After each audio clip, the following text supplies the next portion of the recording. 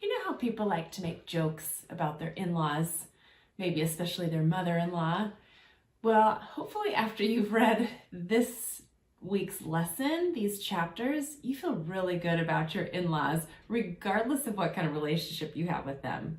We see a whole lot of mess continuing on with Jacob's story here this week. So what we're diving into is the end of chapter 30 and then all of chapter 31. And we continue to see this tumultuous relationship going on with Jacob and Laban and Laban's daughters. James 3:16 says, "For where you have envy and selfish ambition, there you find disorder and every evil practice." It sounds like a summary of these chapters. It's a whole lot like what is going on here.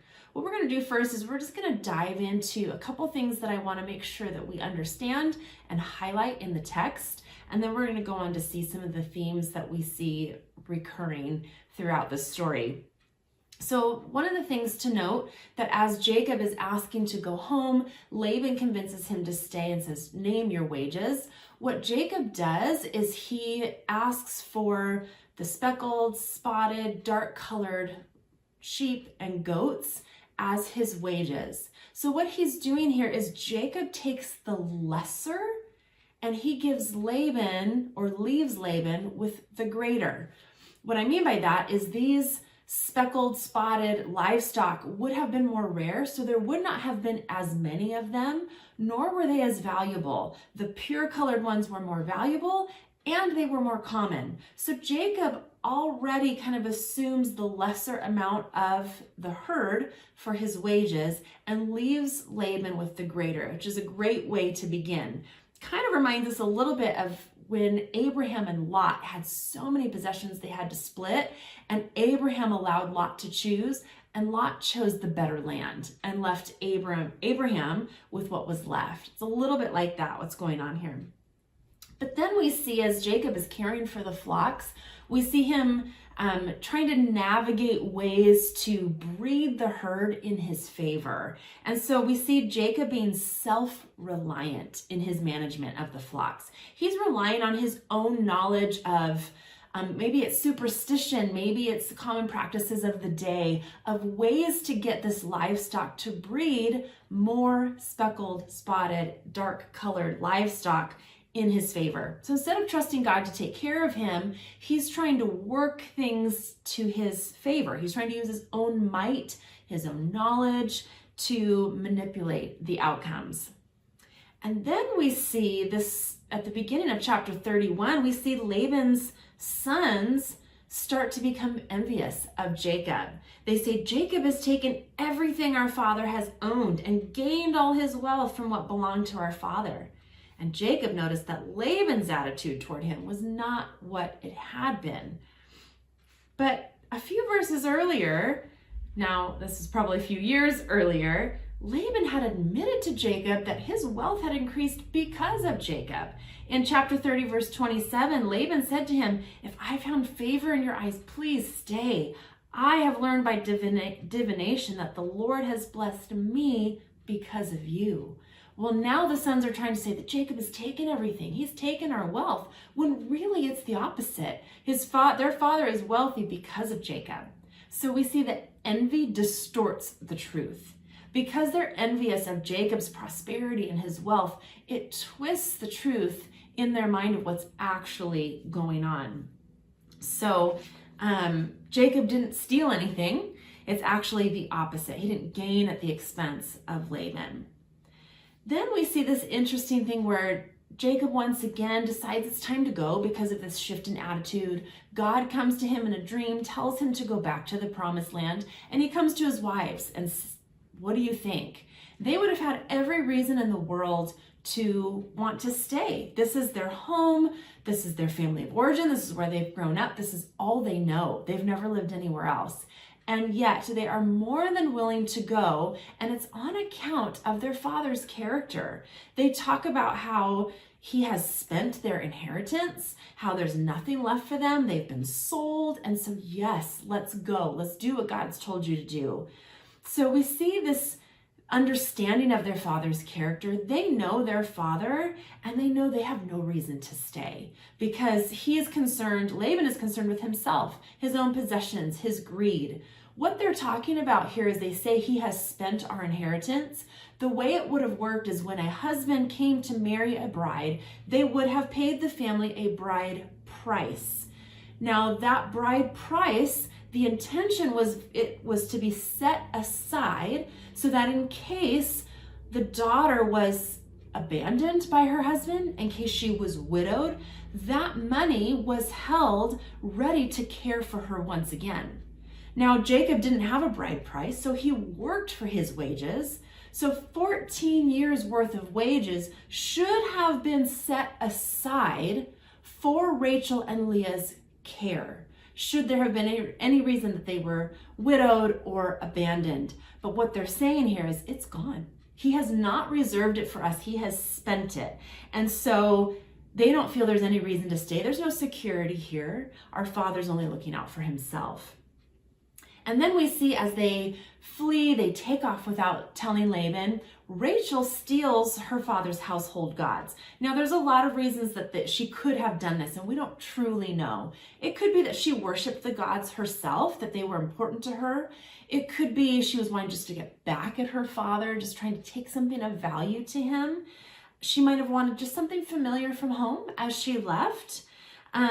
But more than likely, it was because it was thought that whoever had possession of the household gods had rights to the family inheritance. And since she had just complained about the fact that there was no inheritance left, she might have been trying to take matters into her own hands and say, we have the right to the inheritance of our father. So she is being self-reliant as well as she steals her father's gods. Instead of trusting God, trusting her husband, she's taking matters into her own hands to provide a measure of security for their family. So what we are seeing in this story, and we've seen it for several chapters now, we just see this perpetual sin problem. And we see a lot of repeated sins that are happening over and over again with Jacob, with Laban, with his wives. We just see a pattern. And so we're going to dive into just some, not all, some of the sins that we see in these couple of chapters. So one that is a huge theme in Jacob's life is deception. We continue to see deception. But we see it from multiple characters here because Laban, as soon as he and Jacob have entered into this agreement that Jacob's wages will be the spotted and speckled and dark colored lambs, Laban takes them away, far enough away that there's no chance of them intermingling with the rest of the flocks to produce more of that kind. And even though Jacob says he will remove those from the flock, Laban does it. He doesn't trust Jacob. He's moving them away so that there's not any more intermingling, no more breeding of that kind. So he deceives. Jacob flees Laban without telling him. There's a deception there. Rachel stealing the household gods and lying to keep them hidden. There's a deception there. We also see this attitude of self-seeking. Everyone is out for themselves. Everyone is trying to get what they want for their own gain. No one, do we see here in this story, is looking out for another family member, trying to help them be prosperous. So Jacob is working behind the scenes, trying to produce more for his own flock, using this method of striping the branches and putting them watering troughs. He is seeking to increase his own flocks. We see Laban trying to gain wealth at Jacob's expense. Jacob's doing the work. Jacob's the one bringing the blessing, and he's the one that's benefiting. And then, of course, we see Rachel taking the gods for her own good and maybe the good of her children, that she's trying to gain for herself without telling anyone else. We also see this repetitive theme of envy and of greed, which kind of goes along with this self-seeking. But we see how Laban's sons are envious of Jacob and his wealth. We certainly see that earlier with the sisters and their envy between their childbearing and trying to win their husband's favor and have the most children. We see the wives being willing to go because there's no material possessions left for them. They don't say a word about devotion to their family or their homeland or any emotional connection. There's no material wealth left for them, and so they're willing to go. So we see this recurring thing of envy and greed. And then we also see here when Laban catches up to Jacob, after Jacob takes off, Laban catches up and they have this exchange. We see how Laban has viewed this all along. In chapter 31, verse 43, Laban answered Jacob, "The women are my daughters. The children are my children. The flocks are my flocks. All you see is mine." In his view, all of the things that actually belong to Jacob belong to him. There's this greed, there's this sense of hanging on to what he thinks should be his. We also see this recurring sin of fear. Laban doesn't want Jacob to go because it's going to affect his own wealth, his own prosperity. Oh, what can I do to make you stay? What can I do because the Lord has blessed me because of you? You need to stay here for my sake. We see Laban and his sons that kind of fear Jacob's wealth and the size of his family. That they are now seen as a threat. This is a problem. Instead of it being our family, our sisters are also enjoying wealth, there's more of a fear of what's going to happen. And then the biggest one is Jacob fleeing without telling Laban because he was afraid. He didn't know what Laban was going to do, and his fear drove him to this huge decision to leave a land with his giant family, all his possessions, where he'd been for 20 years, and to flee without telling Laban. That's how afraid he was. And then finally, one of the recurring sins we see here is manipulation. This is pretty similar to deception, but it's this idea that people are manipulating to get their own desired outcome. They're using these grand speeches and flowery words to make it sound like their intention is different. So one example we see here is when Laban catches up to Jacob. "Why did you go? I would have thrown you a big party and there would have been music and dancing and a feast." And oh, you know that's not true, but he's trying to make Jacob feel bad. "Oh, I would have sent you off with the grandest of parties." He's manipulating the emotions, manipulating the situation. And then when we come to Jacob recounting to Laban, "I worked day and night and I froze in the cold and I took, destroyed animals out of my own wages," on and on about how difficult his years for working for Laban were. And they may have been difficult, but he's probably exaggerating it a little bit to prove a point, to manipulate the emotion, to manipulate the situation. And then finally, when we see these two men make a treaty and they make this pillar of stones to say, that God will watch between us, really what they're trying to say is, God has his eye on you. It's not a kind, "Oh, may God watch between us and we're apart." God is watching you, and God will see if you do anything wrong. God will see if you cross to my side. It's more of a threat that sounds like something that's good. So now it's really easy when we see a story like this, we see all of this repetitive sin and people that just keep having the same habitual sins and problems over and over again. It feels like such a mess. It's easy to get stuck there. And I can do that in my life too, where I look around and all I can see is the sin and the bad and the ugly and the things that people do wrong and the mess of this world. And it's easy to let that create anxiety, to create depression, to create hopelessness. But we have to remember, Genesis is a book about God. And so we need to see where God is at work here and let us rise above the muck and the mire of all the sin and all the mess that these people are creating and see what God has. Because even though there's these continual sins, God's got a continual character that is actually the antidote for all of these things going on. It is the solution for all of these sin problems that people are experiencing. So where we see deception in people, for God we see communication. He's not trying to sneak away. He's not trying to make his plans unknown. He is communicating to his people. He talks to Jacob and says, it's time to return home. He talks to Laban and says, don't say anything to him. In other words, don't harm him. Don't create a problem. God often is communicating in dreams, and we've seen this already in Genesis, and we will continue to see this play out, how God communicates through dreams. And then where we see people self-seeking, we see God providing. They are trying to be self-reliant and do things in their own power, and God is providing all the time.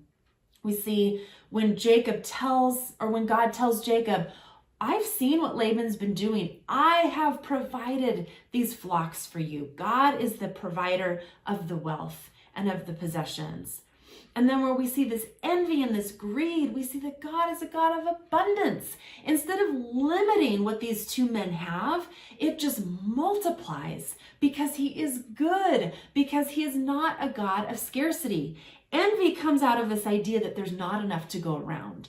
Greed is, I need to hold on to what's mine because there's not enough. It's a scarcity mindset where God comes in and he blesses abundantly. He gives lots of children to these women. He gives lots of livestock, wealth, possessions to Jacob and to Laban. He is the God of abundance. And then where we see people who have fear, we see a God who protects. God had told Jacob back in chapter 28 that he would be with Jacob, that he would watch over him. And we see that to be true here. 20 years after God made that promise, God is protecting his way back home in the form of coming to Laban and preventing Laban from going too far. Jacob didn't need to fear because God was with him. God was on his side and protecting. And then where we see people trying to manipulate and create their own outcomes, God is just this steady God of faithfulness who has made promises and is making good on those promises time and time again. He doesn't need our help. He doesn't need us to switch things around. He doesn't need us to convince people of something else. He doesn't need our self-reliance. God had made promises to Jacob. God had made promises to Abraham and Isaac. He is keeping them. And we see that so beautifully here. God has told Jacob he would have a lot of descendants. He's already had a lot of children born. God told him, I will be with you. He's done that. God told him, I will bring you back to this land, and he is doing that. Remember the covenant with Abraham in chapter 15, where God didn't allow Abraham to seal the covenant with him because he bore full responsibility of the covenant on himself. Meaning, no matter what you do, Abraham, no matter what your descendants do, I will be faithful to do these things that I have promised. And boy, do we see that here, because Jacob is not showing a faith in God. Jacob is not showing godly behavior. And yet, God is being faithful.